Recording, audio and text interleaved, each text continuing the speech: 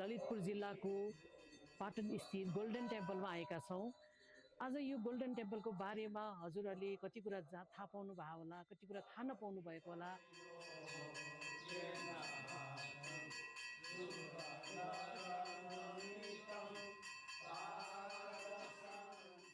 र सरले हजुरहरू सबै दर्शकवृन्दहरूलाई यो मन्दिरको बारेमा सबै कुरा विस्तृत रूपमा भन्नुहुनेछ। यसको लागि यहाँलाई हाम्रो च्यानलमा स्वागत गर्दै म उहाँ सरलाई बोलाउन चाहन्छु। हाम्रो सर हुनुहुन्छ, नमस्ते सर। हाम्रो उहाँ पुष्पराज बजाचार्य सर हुनुहुन्छ। उहाँ चाहिँ नि यो मन्दिरको सञ्चालक समितिको अध्यक्ष हुनुहुन्छ।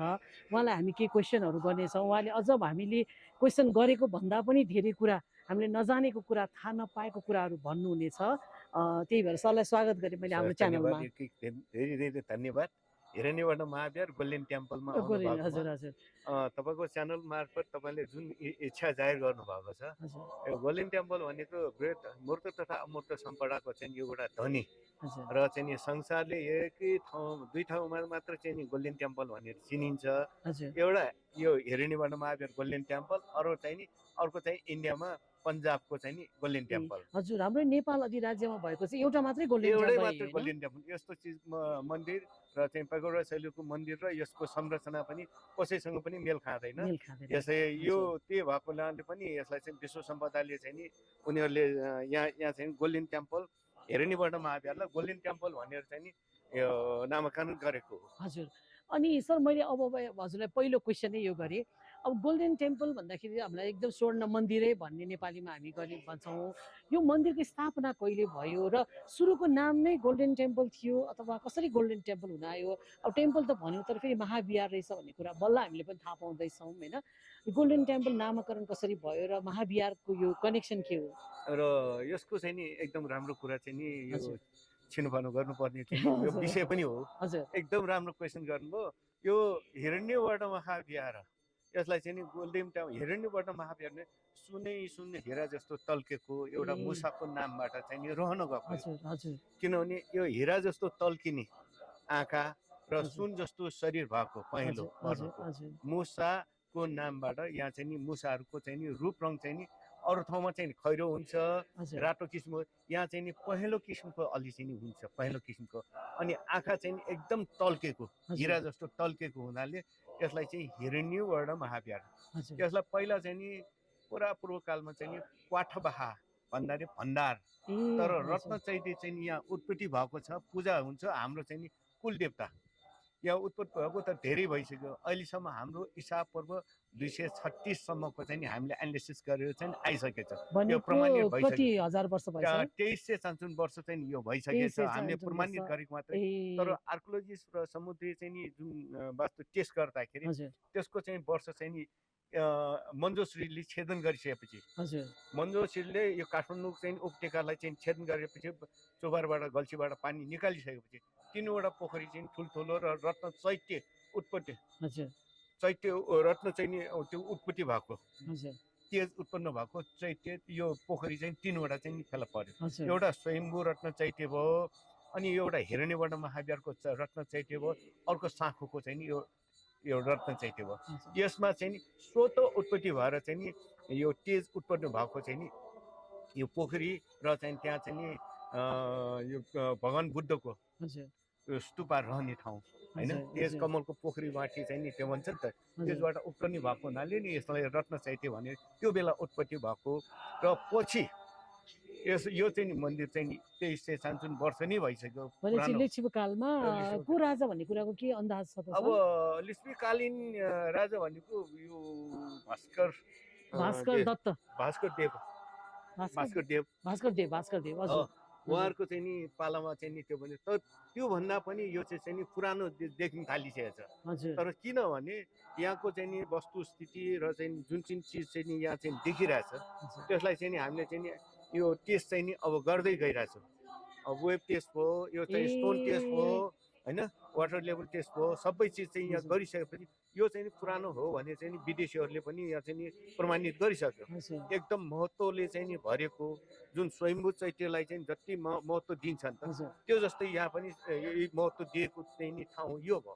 त्यो बेला चाहिँ नि स्वयम्भू चैत्य भयो।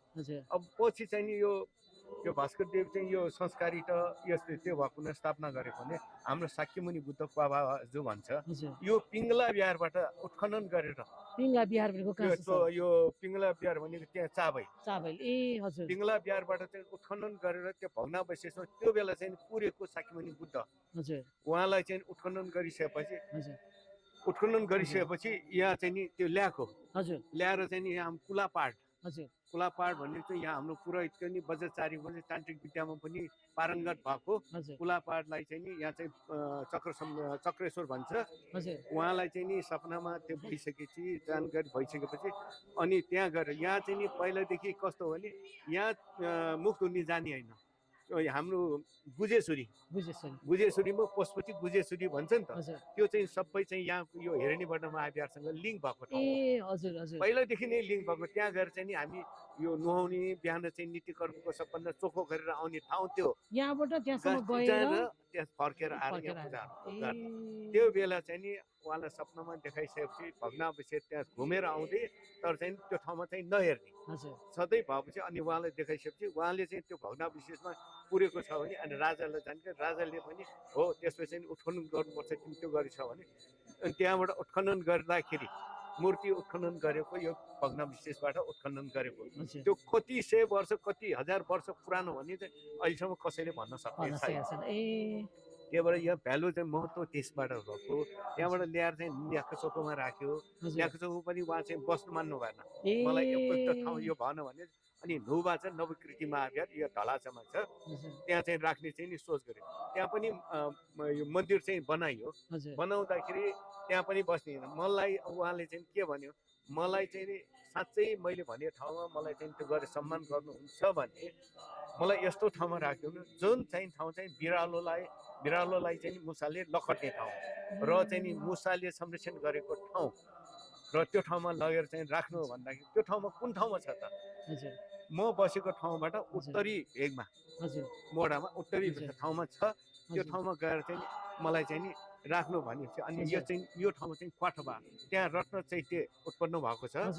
रत्न चैत्य उत्पन्न स्वत उत्पन्न भएको ठाउँ र चाहिँ नि म उहाँलाई चाहिँ दर्शन गरेर र उहाँ सधैँ चाहिँ दर्शन गरेर म बस्न चाहन्छु भने त्यो भएपछि यो ठाउँ चाहिँ अनि त्यसलाई परेको हुनाले यो ठाउँमा यो रहेछ भन्दाखेरि हो यो ठाउँमा ल्याएर चाहिँ यहाँ उहाँलाई स्थापना गरेको अनि सर यो कुरा चाहिँ हामीले अनुश्रुति भएर आयो अथवा कुनै पुरानो जुन छ नि पुराणहरूबाट सुनियो यो कसरी हामीले यो कुरा पत्ता लगायौँ त यो कुरा भनेको अहिलेसम्म चाहिँ किम्वदन्ती होइन हामीसँग ताम्रपत्र यिनीहरू नै छ ताम्रपत्र छ यिनीहरू सबै छ यो चाहिँ के भने यो यति वर्ष भइसक्यो पुरानो भइसक्यो यस्तो भन्ने चिज कुरा चाहिँ नि हामीले सत्य तथ्य चाहिँ किनभने यो रत्न चाहिँ स्वत उत्पत्ति भएको र चाहिँ अर्को चाहिँ नि हाम्रो चाहिँ नि शाक्यमुनि बुद्ध चाहिँ नि पिङ्गला बिहार त ल्याउने ध्रुव सत्य सबैले चाहिँ थाहा भएको र पिङ्गला बिहारमा अहिलेसम्म त्यो ठाउँ चाहिँ नि भग्नावशेषलाई हामीले दिपङ्कामा चाहिँ घुम्नु पर्ने हुन्छ त्यो ठाउँलाई चाहिँ हामीले चाहिँ दिपङ्कामा घुम्नै पर्छ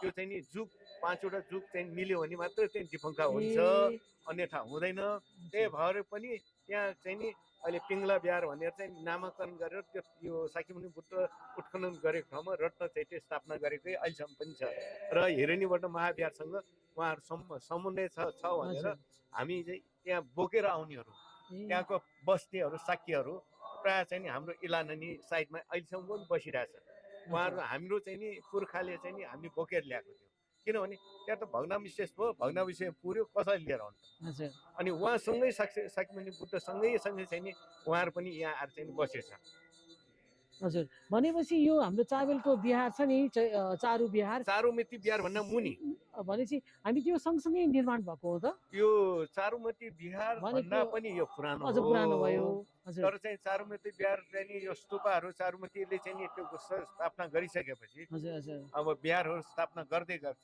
एउटा विदेशबाट आएका अर्कै देशबाट आएका संसारबाट आएका मान्छेहरूबाट यस्तो बिहार स्थापना हुन्छ भने हामी त यहाँ चाहिँ बसेको चाहिँ बासिन्दा हो नि त हामी पनि यसैलाई चाहिँ अनुसरण राम्रो राय चाहिँ अनुसरण गर्नुपर्छ भनेर चाहिँ नि अनुसरण गरेर हामीले पनि त्यही हिसाबमा चाहिँ यहाँ चाहिँ व्यवस्थित रूपमा किनभने सङ्ख्या पनि बेसी भएको धर्मप्रति आस्था भएको ल यो आफू पनि सिप पनि भएको यसैलाई चाहिँ उजागर एक आपसमा चाहिँ एकजनाले एउटा काम गर्यो भने अर्कोले अर्को काम गर्यो सहयोगी भावनाबाट यो चाहिँ निर्माण हुँदै गएको चाहिँ नि बिहार।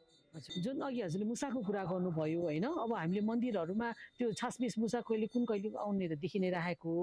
जुन यहाँले चाहिँ अलग किसिमको मुसा भन्नुभयो नि, त्यो मुसा चाहिँ यहाँ मात्रै रहन्छ कि यहाँबाट बाहिर पनि जान्छ कि, अथवा अन्य मुसाहरूभित्र आउँछ कि आउँदैन, अथवा मन्दिरमै उनीहरू संरक्षित भएर बसेको हो कि, यो मुसा चाहिँ के हो हजुरले भनिदिनु? यहाँको मुसा जुन बिहारभित्रै बिहारभित्रै रहेको हुन्छ। यो शाक्यमुनि बुद्धको चाहिँ यो परिसरभित्रै यो गण्डकुटीभित्रै चाहिँ रहेको हुन्छ। यो एरियामा चाहिँ उहाँ चाहिँ घुमेकै हुन्छ। यतातिर चाहिँ घुमेकै हुन्छ र यो साइडमा चाहिँ के भने यो चाक्लो यो मन्दिर परिसरभन्दा बाहिर गएर चाहिँ नि उहाँहरू चाहिँ जानुहुन्न। र चाहिँ नि बिरालो भए पनि त्यो बिरालो त्यहाँभित्र छिर्ने भनेको धेरै सम्भावना कमै हुन्छ हालका चाहिँ है। बिरालो पहिले पनि धेरै जस्तो हुँदैन, तर चाहिँ नि यहाँको मुसा भनेको ठुल्ठुलो हुन्छ, अर्कै आकारको हुन्छ, अर्को डुलु टाइपको, र माथि चाहिँ गोल्डेनको चाहिँ नि स्टेपहरू चाहिँ नि भइरहेको हुन्छ, पहेँलो पहेँलो किसिमको हुन्छ। आँखा चाहिँ एकदमै हुन्छ, तर चाहिँ मान्छेसँग चाहिँ नि हेलमेल भइरहेको हुन्छ, किनभने त्यहाँ बाफाचाहरू त्यहाँ भित्र बसिरहेको हुन्छ, उहाँहरू चाहिँ चलिरहेको हुन्छ, एक आपसमा चाहिँ चलिरहेको हुन्छ, उहाँले डिस्टर्ब कसैले पनि गर्दैन। तर एउटा के हो भने यहाँ कहिले कुनै चिज पनि गल्ती गर्यो, नराम्रो गर्यो, मुसालाई दुःख दियो, मुसालाई धक्का पर्यो, यता भयो भने केही न केही सामान चाहिँ हराइहाल्छ। यो पनि अहिलेसम्म भएको सत्य कुरा हो। र चाहिँ नि मुसा बिरामी भएर त्यहाँभित्र चाहिँ मर्दैन, मुसा बाहिर गएर चाहिँ मर्छ। यो एउटा त्यो मुसाको चाहिँ नि के हो भने उहाँको नामबाट हिरण्यवर्ण महाविहार भएको हुनाले यहाँ मुसाको त एक त आँखा तल्केकै हुन्छ है, त्योभन्दा पनि अलग्गै प्रकारको चाहिँ आँखा तेजहरू चाहिँ देखिरहेको हुन्छ। र चाहिँ त्यो मुसाले चाहिँ नि बेलुका उनीहरूलाई चाहिँ नि हामी छुकी भन्छ कि, छुकी भने मुसालाई राख्ने खाना, त्यो चाहिँ नि बेलुका यो सबै पूजा आरती सकिसक्यो, बेलुकाको आरती सकिसकेपछि बन्द गर्ने बेलामा अगाडिबाट चाहिँ हालेर होइन, पछाडि हालेर चाहिँ नि माना चामल चाहिँ नि राखेर आउँछ। त्यसपछि त्यहाँभित्र त्यो दिनमा चाहिँ छिर्न पाएन, भोलिपल्ट मात्रै हो। त्यो भएको हुनाले यहाँको मुसाको चाहिँ महत्त्व कसैले पनि मुसालाई छुँदैन पनि, मुसालाई चाहिँ नि छोयो भनेर चाहिँ नि भन्नुपर्ने अवस्था पनि छैन। मुसाले बाहिर गएर चाहिँ नि यो अर्को मुसा आउँछ भने त्यहाँ आउन पनि आउँदैन, अहिलेसम्म भएको चाहिँ हामीले सुनेको छ। हजुर सर, अब यो जुन यहाँको पूजा गर्ने पद्धति देखियो, सन्ध्या आरती देखियो होइन, यसमा चाहिँ नि हजुरको त्यो पुजारी, अब हामी त पुजारी भन्छौँ, बाफासा भन्नुहुन्छ हजुरहरूले, उहाँहरू त फेरि सानो उमेरको हुँदो रहेछ होइन, 12 वर्षभन्दा मुनिका बच्चाहरू, उहाँहरूले यस्तो कठिन पूजा पद्धति कसरी गर्नुहुन्छ र पूजाको यो प्रक्रिया चाहिँ के हुन्छ सर? यो पूजाको प्रक्रिया भने सबभन्दा ठुलो चाहिँ नि बाफाचा भने 12 वर्षभन्दा मुनिको है। पालो लिने चाहिँ यहाँ 56 वर्ष नागिसक्यो अहिलेसम्म। यहाँ चुराकर्म गरेको हुनुपर्छ, चुराकर्म गरेको बच्चाले चाहिँ यहाँ पालो आउँछ। जुन चुराकर्मको जन्म तिथि हुन्छ नि त, हाम्रो जन्म पत्रिका भन्छ होइन, वर्तमान भनेको अर्कै वर्षको चाहिँ 12 वर्षसम्म त्यो भन्छ। हाम्रो चाहिँ नि 4 वर्ष पुगेर 5औं वर्षमा चाहिँ गर्नुपर्छ चुरा भनेको यो टुप्पी हो, यसलाई चाहिँ हटाउने हो। चुराकर्म भनेको हामी गृहस्थी जीवनबाट यो थेरवाडमा गृहस्थी जीवनबाट चाहिँ चिवर लाएर बस्ने 4 दिन, अरू बेला चाहिँ पहिला चाहिँ वर्षौँ बस्दै हुन्छ, यही बसेर चाहिँ प्र्याक्टिस गर्छ। पछि चाहिँ नि गृहस्थी जीवनमा चाहिँ आइसकेपछि 4 दिन भए पनि चाहिँ हामी चाहिँ नि निरन्तरता दिइरहेछ। त्यसलाई चुरा चाहिँ नि आँखा टुप्पी चाहिँ काटेर हामी चाहिँ नि पहिलो वर्ष धारणा गरेर बस्ने हुन्छ। त्यो नेचुरल्ली त्यसलाई गर्नुपर्ने हुन्छ। र त्यो चुराकर्म गरेको चाहिँ बेला चाहिँ नि जन्मतिथि हुन्छ नि त, त्यो क्रमबद्ध राखेको हुन्छ, त्यो अनुसार चाहिँ यसमा चाहिँ पालो आउने। 60 नियरबाउ चाहिँ नि 56 वर्ष नागिसक्यो, अहिलेको 57 वर्षमा छोइरहेछ। यस गरेको व्यक्तिले चाहिँ पालो लिन्छ, उसले चाहिँ आफू बसे पनि हुन्छ, छोरालाई राखे पनि हुन्छ, नातिलाई राखे पनि हुन्छ। त्यो जेनेरेसनको परिवार आफ्नै रिलेसन भए पनि हुन्छ। त्यो केसमा चाहिँ समस्या पर्दैन, तर 12 वर्ष मुनि हुनुपर्छ, या चुराकर्म गरेको बच्चा हुनु पर्यो। र चाहिँ उसले भनेको बिहान 3:30 बजे चाहिँ उठेर 4 बजे उठेर यहाँ आफ्नो चाहिँ नित्यकर्म गर्नुपर्ने चाहिँ हुन्छ। त्यो पहिला चाहिँ बिहान चाहिँ हाम्रो देखचाक्यो भन्छ। देखचाक्यो भनेको बिहानको चाहिँ शुभारम्भ चाहिँ अनुहार चाहिँ मुख धोएर चाहिँ सबैलाई चाहिँ हामी उठ्छौँ नि त, हामी जस्तो नित्यकर्म गर्छौँ नि भगवान्लाई पनि त्यही गर्छौँ। अनि हामी चाहिँ के पहिले भन्छौँ नि त, धर्म कर्म त्यो बेला चाहिँ गर, भजन सुन, कीर्तन गर भन्ने हुन्छ। त्यो अनुसार यो पनि चलिरहेको हुन्छ। हजुर यो बिहानको चाहिँ 3:30 बजेबाट सुरु गरेर बिहान चाहिँ नाम सङ्गति पाठ भनेर चाहिँ पाठ गर्छ। अनि स्तोत्र पाठ पनि हुन्छ। हजुर यो पढ्ने तरिका चाहिँ नि बेलुका चाहिँ नि अलग्गै हुन्छ, बिहान यही विषयमा पढे पनि अलग्गै हुन्छ, फरक हुन्छ। ए हजुर त्यो बेला चाहिँ नि सकिसकेपछि हाम्रो सपठायो भने चाहिँ समय सूचक आरती अनि जल त्यो ढाको किन्यो भने चाहिँ ऐना देखाउने प्रक्रिया सबै सकिसकेपछि अनि जुन चाहिँ अघि नै चाहिँ तपाईँले चाहिँ बिटिङ गरेको छ नि त काठलाई ठोकेको हजुर गम्बासी भन्छ। ए हजुर त्यो प्रक्रिया के हो त्यो गम्बासी 108 पटक 108 पटक चाहिँ नि ठोक्ने समय सूचकमा चाहिँ एउटा ढाड्ने चाहिँ पढेर त्यो 8 पटक चाहिँ नि पिटेको हुन्छ। त्यो समय घडीको सूचक हो, समय रोकेको। त्यसले चाहिँ त्यो ठोकेको बेला चाहिँ कोही पनि हिँड्दैन, आरती गरेर चाहिँ नि बोलिरहेको हुन्छ, सबै वाचन गरेर धर्मकर्म गरिरहेको हुन्छ, वाचन गरिरहेको हुन्छ नि त। कसै नमस्ते गर्छ, कसैले चाहिँ नि परिरहेको हुन्छ, च्यान्टिङ गरिरहेको हुन्छ। त्यो सकिसकेपछि भित्र गएर चाहिँ उनले घन्टी बजाएर एउटा झाडी पढ्नुपर्ने हुन्छ। त्यो पढिसकेपछि उसको त्यो दिनको चाहिँ नि बिहानको शुभारम्भ भयो। अनि बिहान शुभारम्भ भइसकेपछि दोस्रो चाहिँ नि दिउँसो चाहिँ नि अब बिहान चाहिँ फेरि एकछिन बफाचा चाहिँ सानो बफाचा घुम्न गएको छ नि त 9 बजे। 9 बजेको समय भनेको हामी अब चाहिँ नि तपाईँहरू चाहिँ नि सबै चाहिँ नि बिहान यो पूजा आज गरिसकेछ, अब तपाईँको आफ्नो आफ्नो काममा लाग्नुहोस् भनेर सूचना दिन गएको। अब समय भइसक्यो, तपाईँ वेटिङ गर्नु पर्दैन, तपाईँको आफ्नो काममा चाहिँ जानुहोस् भनेर चाहिँ नि सूचना दिन गएको। अब यो सूचनामा चाहिँ अब पहिला त घडी हुँदैन, पानी घडी हुन्छ। यो पानी घडीको चाहिँ हेरेर चाहिँ अब 9 बजे चाहिँ यहाँ सबैलाई सोध्न बाबा चाहिँ आइसक्यो, ल अब 9 बज्यो, हामी चाहिँ आफ्नो आफ्नो खानापिना गरेर चाहिँ आफ्नो काममा लाग्नु पर्यो भनेर चाहिँ लाग्छ। अनि दिउँसो चाहिँ नि 3 बजे हामी यहाँ चाहिँ नि सन्ध्याकालीन चाहिँ नि यो यस्तै यो गम्बासी चाहिँ नि यो काठलाई नि पिट्ने चाहिँ नि गरिदिन्छ। त्यो गम्बासी भन्छ, सपोठायो भन्छ, सपोठायो। अनि त्यो गरिसकेपछि फेरि बेलुका चाहिँ तपाईँलाई अघि नै देख्नुभयो नि त जुन चिज बेलुका बाहिर जानलाई चाहिँ नि अब सूचना दिन्छ। अब तपाईँहरू चाहिँ काम रोक्नुहोस्, अब आउनुहोस्, धर्मकर्म चाहिँ नि यस्तो पाठ गर्नु, यहाँ आउनुहोस् भनेर बिहारभित्र आउनुहोस्, यो वाचन गर्नुहोस् भनेर चाहिँ नि बोलाउनु भएको र सूचना पनि दिएको। कामको तपाईँ कामको समयमा अब यो बेला चाहिँ बेलुका भइसक्यो, अब सबै चाहिँ आराम लिने समय, धर्म गर्नुपर्ने समय भनेर चाहिँ। अनि यहाँ आइसकेपछि जुन चाहिँ आरती दिएको हुन्छ यो चाहिँ त्यो सबै चाहिँ यहाँ चाहिँ आरती दिइसकेपछि त्यो बाबा चाहिँ घुमेको समयमा त्यसलाई देखाउँदैन कुन कुन ठाउँमा मैले आरती गरेको छु र के गर्नुपर्छ भने बाबाचाले त्यो हेर्दैन। बाबाचाले मेन हेर्नुपर्ने हो त्यो हो। अनि यहाँ सुरक्षित र लाइटको व्यवस्था गर्नुपर्ने, लाइटको व्यवस्था बाबाचा आउनलाई चाहिँ लाइट त पहिले त लाइट छैन, यही बत्ती चाहिँ दियो बाल्ने सबै उज्यालो गरिदिने। अनि त्यसपछि भित्र छिरेपछि उहाँले चाहिँ आफ्नो काम कर्तव्य गर्नुपर्छ। घन्टी बजाएर यहाँ वाचन गर्ने चाहिँ नि त्यसो नाम चाहिँ यो पाठ गर्नेहरू चाहिँ सबै आएर 20-22 जना, कहिले 25-30 जनासम्म पनि हुन्छ। यो कस्तो त्यो बेलामाको मान्छे अब जसले यो मतलब सुरुवात गर्नुभयो, कति चाहिँ एकदम विद्वान अथवा कति चाहिँ उहाँको चाहिँ यो अब हामीले त भनेरै कल्पना गरेर सक्दा हामीसँग वर्डै भएन कि उहाँलाई कसरी चाहिँ मतलब व्यक्त गर्ने भनेर नि। त्यो बेलामा कसरी सोच्नु भयो होला? त्यो बेलामा घडी थियो न, समय थियो, टक्क उहाँले टाइमिङ दिनुभयो नि त, यो यति टाइममा चाहिँ तिमीहरू आओ, यति टाइममा चाहिँ बाहिर जाओ भन्ने कुरा। यो चाहिँ सुरु कालदेखि नै चलिआएको? यो चाहिँ नि हाल मात्र भएको, यो चाहिँ स्थापना भएदेखि नि यो निरन्तर अहिलेसम्म पनि चलिरहेछ।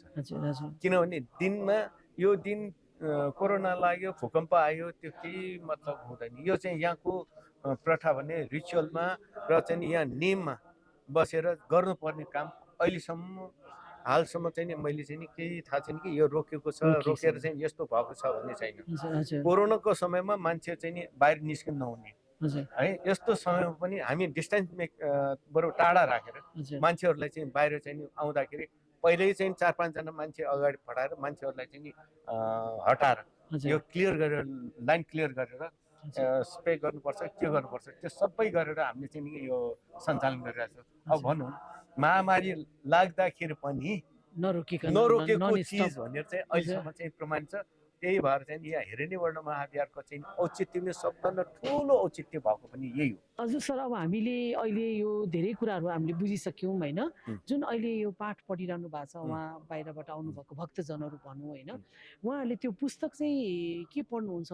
अब अहिले पढेको पुस्तक त्यो कति वर्ष अगाडिको पुस्तक थियो अथवा त्योभन्दा अगाडि के पढ्नुहुन्थ्यो? उहाँलाई त कन्ठै पनि हुन्थ्यो होला, मन्त्रहरू के थियो होइन? यो वाचन चाहिँ के वाचन भइरहेछ? यो मन्त्र, यो चाहिँ नि मन्त्र होइन, हजुर, यो चाहिँ स्तोत्र हो। हो। स्रोत भने तपाईँले पनि अहिले सक्नुहुन्छ भने संस्कृतबाट लेखेको तर अहिले देवनागरीबाट चाहिँ नि उल्टा गरेको त्यसैलाई चाहिँ पढ्नुहुन्छ। तर पढ्दाखेरि चाहिँ वाचन चाहिँ नि संस्कृतबाट चाहिँ हुन्छ। यहाँ चाहिँ नि बिहान आदेखि 10 पारमिता 10 बल चाहिँ नि उहाँ पढ्नुहुन्छ भने पछि मङ्गलास्थ पढेर वज्रसत्व गाठाबाट चाहिँ नि अन्त गर्नुहुन्छ। यो किताब हुन्छ। किताबमा चाहिँ नि कहिले कहिले चाहिँ यो पुरै किताब पनि पढ्छ। यो पुरै किताब चाहिँ नि पढ्ने दिन पनि उहाँले चाहिँ हुन्छ लगभग चाहिँ नि 10-12 वटा चाहिँ नि उहाँले पढ्नै हुन्छ। त्यो 10-12 वटा पढ्दाखेरि 40 देखि 1 घण्टाको चाहिँ नि समय चाहिँ उहाँले लिनुहुन्छ। इभिनिङमा बिहान त अझ धेरै टाइम लाग्छ। मर्निङमा पनि पाठ हुन्छ। मर्निङमा पनि हुन्छ। यसमा चाहिँ नि च्यान्टिङ गर्ने तरिका फरक छ। यो च्यान्टिङ भनेको कस्तो हुन्छ हामीले चाहिँ एकजनाले चाहिँ नि पढ्दाखेरि ओम नमो बुद्धाय भनेर ओम नमो बुद्धाय ओम नमो धर्माय ओम नमो सङ्घाय नमो नमो यस्तो किसिमको च्यान्टिङ फरक हुन्छ। बिहानको च्यान्टिङमा चाहिँ एकदम हाई ब्रिथमा चाहिँ नि चल्छ। बेलुका चाहिँ नि अलि लो ब्रिथमा चल्छ। यो चाहिँ नि एकदम पिसफुलनेसको लागि चाहिँ चाहिने। हाई किन हुन्छ भने हामी रेस्ट लिएर चाहिँ हाम्रो शरीर चाहिँ नि एकदम इनर्जेटिक भइसकेको हुन्छ बिहानको। त्यो बेला त्यसको लिइसकेपछि उहाँहरूले चाहिँ दिनभरि चाहिँ पिसफुल चाहिँ नि फिलिङ गरिरहेको हुन्छ। दिउँसो खाना आउँछ भने भित्रै हो।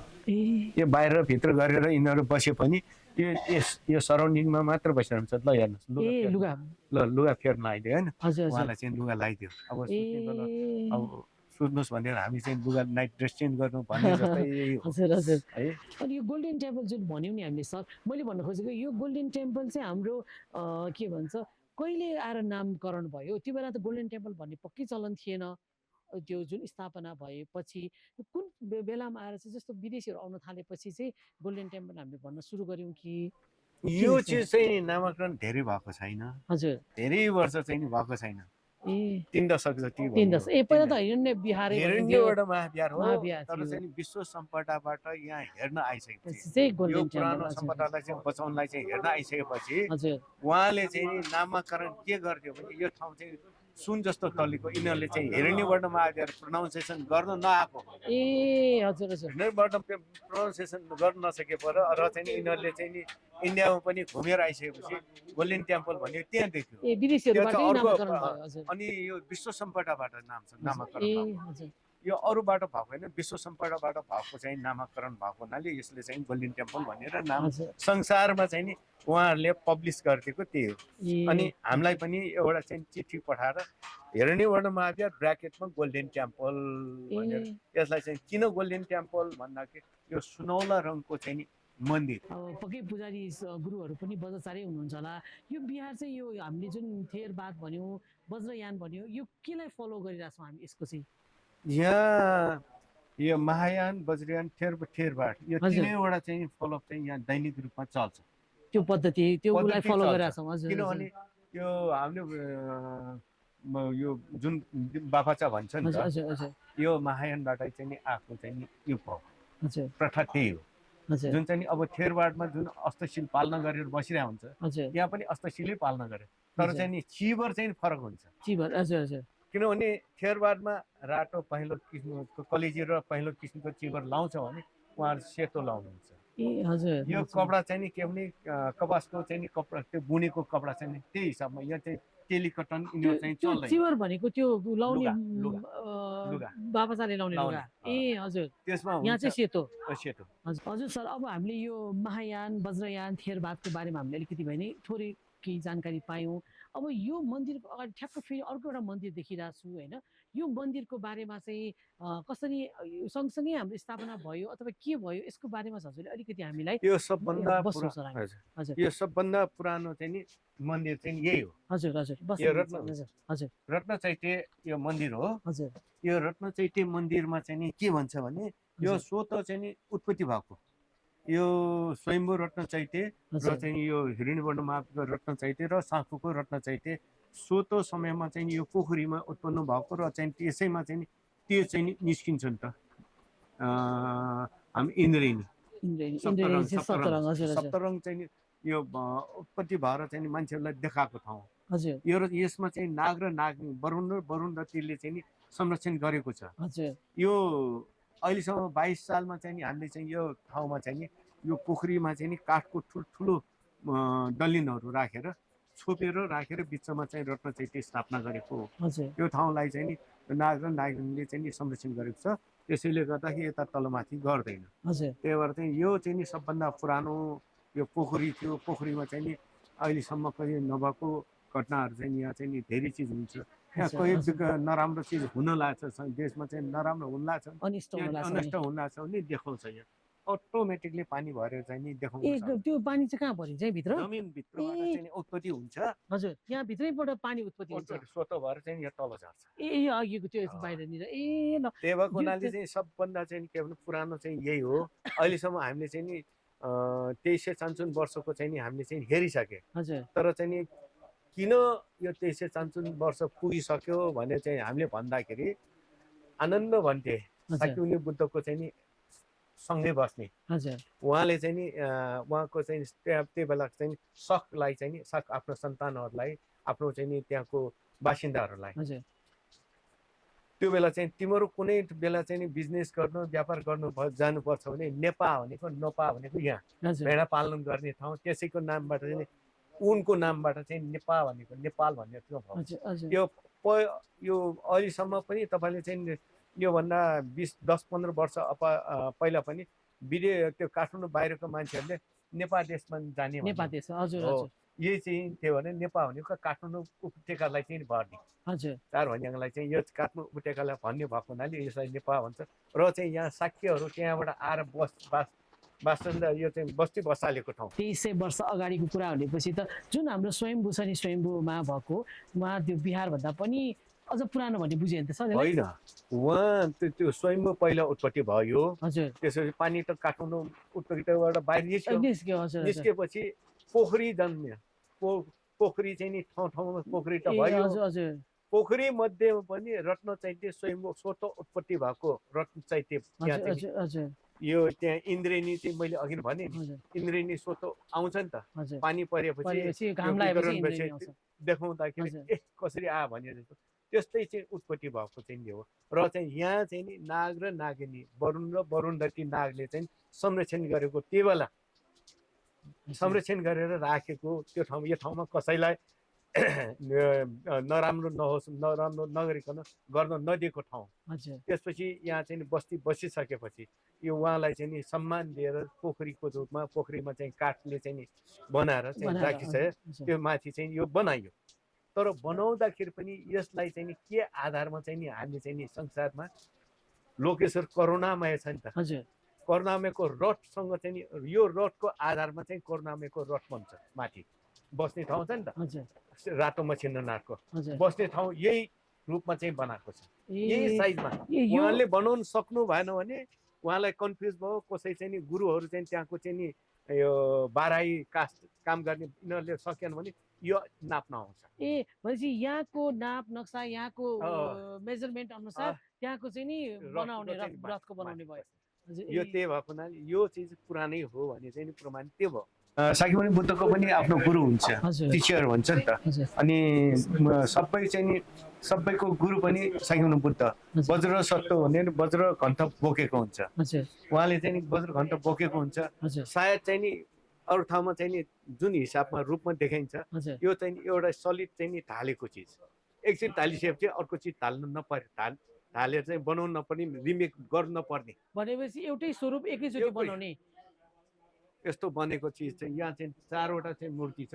एउटा चाहिँ नि वज्र सत्व भयो, एउटा करुणामय लोकेश्वर भयो, त्यो मछिन्द्रनाथको मैले कुरा गर्ने उहाँ छ। अनि एउटा वसुन्धरा छ, वसुन्धराको पनि एकदम महत्त्वपूर्ण चाहिँ नि वसुन्धरा छ। र अर्को वैरोचन, उभिएको वैरोचनले चाहिँ नि के भने यस्तो समातेर यो आसनमा बसेको हुन्छ। यो चाहिँ कहीँ पनि पाउँदैन। बसेको वैरोचन चाहिँ हुन्छ, उभिएको यो चाहिँ नि औँला यस्तो गरेको वैरोचन पाउँदैन।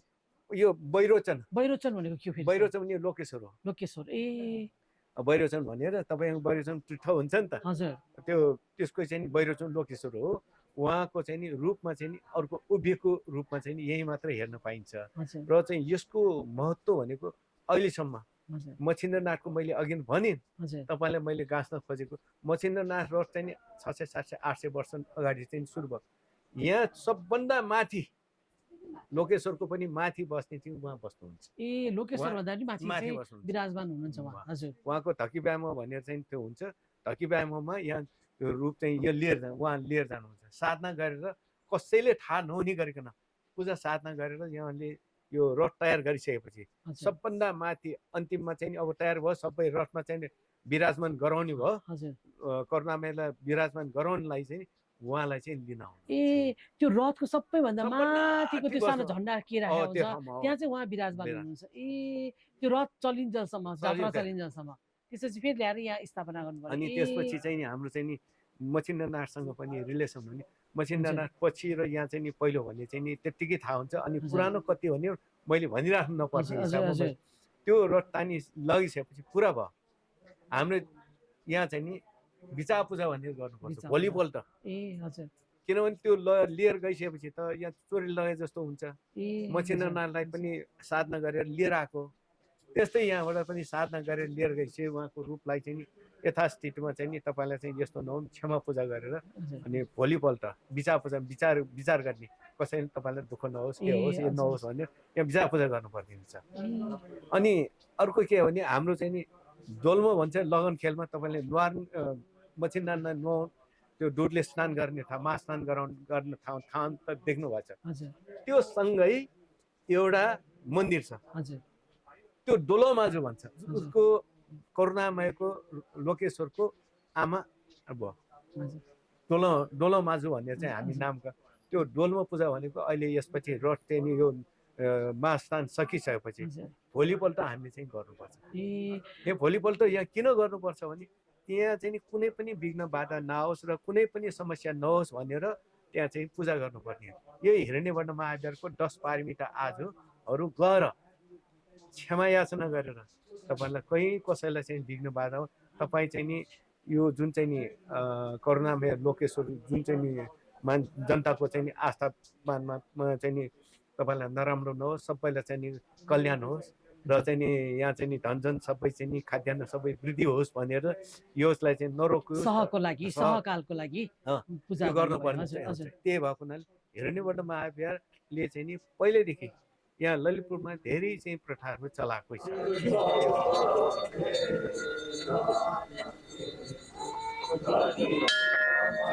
सबभन्दा मुखिया यहाँसम्म आएर चाहिँ नि हाम्रो क्यामराम्यान यता लिएर चाहिँ तपाईँले जुन हिरण्यवर्ण महाविहारको गोल्डन टेम्पल सम्बन्धी तपाईँले जुन इच्छा र आकाङ्क्षा र आस्थाप्रति चाहिँ नि तपाईँले जुन इच्छा लिएर बाहिर संसारमा चाहिँ नि यो चिज मैले अलि दिन सक्यो भने गोल्डन टेम्पललाई पनि राम्रो हुन्छ र मैले भिजुलाइज गर्दाखेरि पनि राम्रो हुन्छ भने तपाईँले चाहिँ जुन हिसाबमा आउनुभयो। अर्को चाहिँ नि एउटा चाहिँ के भने हामीसँग अस्ति ढाँटो पनि छ। साक्यमुनि बुद्धको चाहिँ अस्ति धातु प्राय सबैसँग हुन्छ भने साक्यमुनि बुद्धको अस्ति धातु नै छ यहाँ छ। ए हजुर। अनि यहाँ चाहिँ अर्को एउटा चिज चाहिँ के तपाईँले थाहा नभएको सारीपुत्र मौदो कल्याणको पनि अस्ति धातु हामीसँगै छ। उहाँ भनेको चाहिँ के हो? सारीपुत्र मौदो कल्याणमा भगवान बुद्धको दायाँ बायाँ चाहिँ नि भन्यो नि एउटा विज्ञ सारथी भनौँ। उहाँ चाहिँ नि एकदमै विज्ञ उहाँ चाहिँ नि सारीपुत्र मौदो कल्याण भने ब्राह्मण हो। ब्राह्मण कुलमै जन्मेको हो। यो प्रायः जसो ब्राह्मण कुल र क्षेत्र कुलको चाहिँ नि सबै चाहिँ आउँछ भने यो उहाँ चाहिँ जन्मेर पनि उहाँ चाहिँ विज्ञ भनौँ न अध्ययन पुगेकाहरू राम्रो भगवान बुद्धको चाहिँ जस्तो भगवान साक्यमुनि बुद्धले चाहिँ बोलेको छ त्यही वाचन गरेर अरूलाई शिक्षा दिने दीक्षा दिन सक्ने उहाँहरूको पनि भगवान बुद्ध परिनिर्वाण हुनुभन्दा पहिले नै निर्माण भएका र चाहिँ नि उहाँको अस्ति धातु पनि हामीसँग चाहिँ नि प्राप्त भएको छ हामीसँग राखेको छ। यो चाहिँ वैशाख पूर्णिमाको दिनमा हामी बिहान 7 बजेबाट 1 बजेसम्म यही प्रदर्शन गर्छु वर्षको एकपटक। त्यो केमा राखे कसरी प्रिजर्भ गर्ने? यो प्रिजर्भ गर्ने भनेको हामीले ग्लास बक्समा राखेर त्यसमा चाहिँ नि एयर भ्याकुम पनि गरेर चाहिँ राख्नुपर्ने हुन्छ। र चाहिँ नि हामीले किन सारीपुत्र मौदो कल्याणको चाहिँ नि अस्ति धातु छ भन्दाखेरि हामीलाई चाहिँ नि सबैले भनिरहेको हुन्छ सारीपुत्र र मौदो कल्याण चाहिँ नि उहाँ चाहिँ परिनिर्वाण भइसकेपछि उहाँको अस्ति धातु चामल आकारको हुन्छ सेतो हुन्छ र चाहिँ नि चामलको चाहिँ नि एउटा ठुलो एउटा सानो आकारको हुन्छ भनेर चाहिँ भनिएको छ सारीपुत्र मौदो कल्याणको। साक्यमुनि बुद्धको चाहिँ डिफ्रेन्ट टाइपको हुन्छ दन्त धातु हुन्छ कपालको धातु हुन्छ यो मुखको ढाँटो हुन्छ, शरीरको ढाँटो हुन्छ, तर चाहिँ हामीसँग चाहिँ अस्थि ढाँटो चाहिँ नि भनेको शरीरको ढाँटो चाहिँ नि हामीसँग छ। हजुर र त्यो त्यो चाहिँ हजुर कसरी राख्नु होला त्यो बेलादेखि? प्रिजर्भेसन चाहिँ नि अब कस्तो भने पहिला चाहिँ नि यो हाम्रो चाहिँ नि यो कस्तो हुन्छ भने हामी दाह संस्कार गर्छ नि त, हजुर त्यो बेला चाहिँ निस्किन्छ ढाँटो ए। भनेको त्यो बेला निस्किने। हामीले चाहिँ नि हामीले हत्तीको टुक्रा भन्छौँ, होइन, सेतो हुन्छ। त्यो त मैले बुझेँ होइन, तर त्यो बेलाको धातु अहिलेसम्म अस्ति त्यो धातु भनेको अहिलेसम्म कसरी रहन यो सक्यो भनेर चाहिँ? प्रिजर्भेसन चाहिँ नि कस्तो हुन्छ भने त्यसलाई चाहिँ नि पानी यिनीहरूले छुनेवाला हुँदैन, हजुर हजुर वायुले छुने। त्यसलाई कभरेज गरेर हामीले चाहिँ सेफ साइडमा जुन भ्याकुम सिस्टममा चाहिँ हजुर। राख्यो, जस्तो छ त्यस्तै किसिमले भ्याकुम सिस्टममा राख्यो भने त्यसलाई चाहिँ प्रिजर्भेसन हुन्छ, हजुर किनभने त्यसमा किराहरू हुँदैन। ए हजुर त्यस्तो लाग्ने चिज त्यो चाहिँ हामीले प्रदर्शनी हुँदा मात्रै हेर्नु पाउने भयो। त्यो चाहिँ कुन दिनमा? बुद्ध जयन्तीको दिनमा हजुर बिहान 11 बजेबाट हजुर होइन बिहान 7 बजेबाट 1 बजेसम्म हामी प्रदर्शन गर्छौँ। हजुर अरू ठाउँभन्दा चाहिँ हिरण्यवर्ण महाविहारमा किन प्रिजर्भेसनमा चाहिँ नि सबैले चाहिँ विश्वास गर्छ भने यहाँ सम्पदा संरक्षण गरेर राख्न सक्छ र चाहिँ यहाँ सबैले चाहिँ आस्था चाहिँ नि छ, यहाँ आउँछ सबैले दर्शन गर्न पाउँछ भन्ने चाहिँ त्यो हुन्छ। त्यही भएको पनि सबैलाई चाहिँ नि यो नेपाल अधिराज्य मात्र संसारबाट चाहिँ नि हिरण्यवर्ण महाविहार गोल्डेन टेम्पलमा एउटा यस्तो चाहिँ नि मूर्त तथा अमूर्त म्युजियम हो, खुला म्युजियम हो। म्युजियमको रूपमा चाहिँ यहाँ राखेको हुनाले उहाँहरूले चाहिँ नि हामीलाई चाहिँ विश्वास गर्नुहुन्छ। तपाईँहरूले जस्तो किसिमले विश्वास गर्नुभएको छ त्यही हिसाबमा चाहिँ नि हामीको उहाँहरूले पनि त्यस्तै विश्वास गरेर आउनु भइरहेछ, अहिले भइरहेछ। त्यो तपाईँलाई अघि भन्नु टुरिस्टहरूको चाहिँ कुरा गर्नु, टुरिस्टहरू पनि विदेशबाट आउनेहरू पनि यहाँ प्र्याक्टिस गर्न, यहाँ अध्ययन गर्न, यहाँ चाहिँ नि सिक्न, हेर्न र रिचुअलहरू यिनीहरूको नभएको हुनाले देख्न पाइन्छ, गर्न पाइन्छ र अध्ययन पनि गर्न पाइन्छ, त्यो चिजमा भएको हुनाले चाहिँ आउने गर्छ। हजुर अब मैले सरलाई एकदमै थ्याङ्क यू भेरी मच भने धेरै धेरै धन्यवाद, आभारी छु होइन। अब हामीले नजानेको कुरा अब कतिचोटि गोल्डेन टेम्पल आइयो, तर त्यो किसिमले हामीले कहिले अध्ययन गर्ने बुझ्ने हामीले त्यो कोसिसै गरेनौँ होइन। अहिले आएर चाहिँ होइन यत्रो महाविहार बनेको छ, यसको बारेमा धेरैभन्दा धेरै हाम्रो दर्शकहरूले चाहिँ नि जान्न पाउनुहोस् उहाँहरूले भनेर चाहिँ मैले आज एउटा सानो प्रयास गरेको छु। यसको लागि हजुरलाई हाम्रो च्यानलको तर्फबाट प्राचीन सम्पदा नेपाल च्यानल सबै दर्शकहरूले हेरेर लाइक सब्सक्राइब सेयर गरिदिनु होला र हाम्रो सरलाई पनि हामीले धेरै धेरै धन्यवाद भनेको छौँ। हजुर थ्याङ्क यू सो मच। धन्यवाद।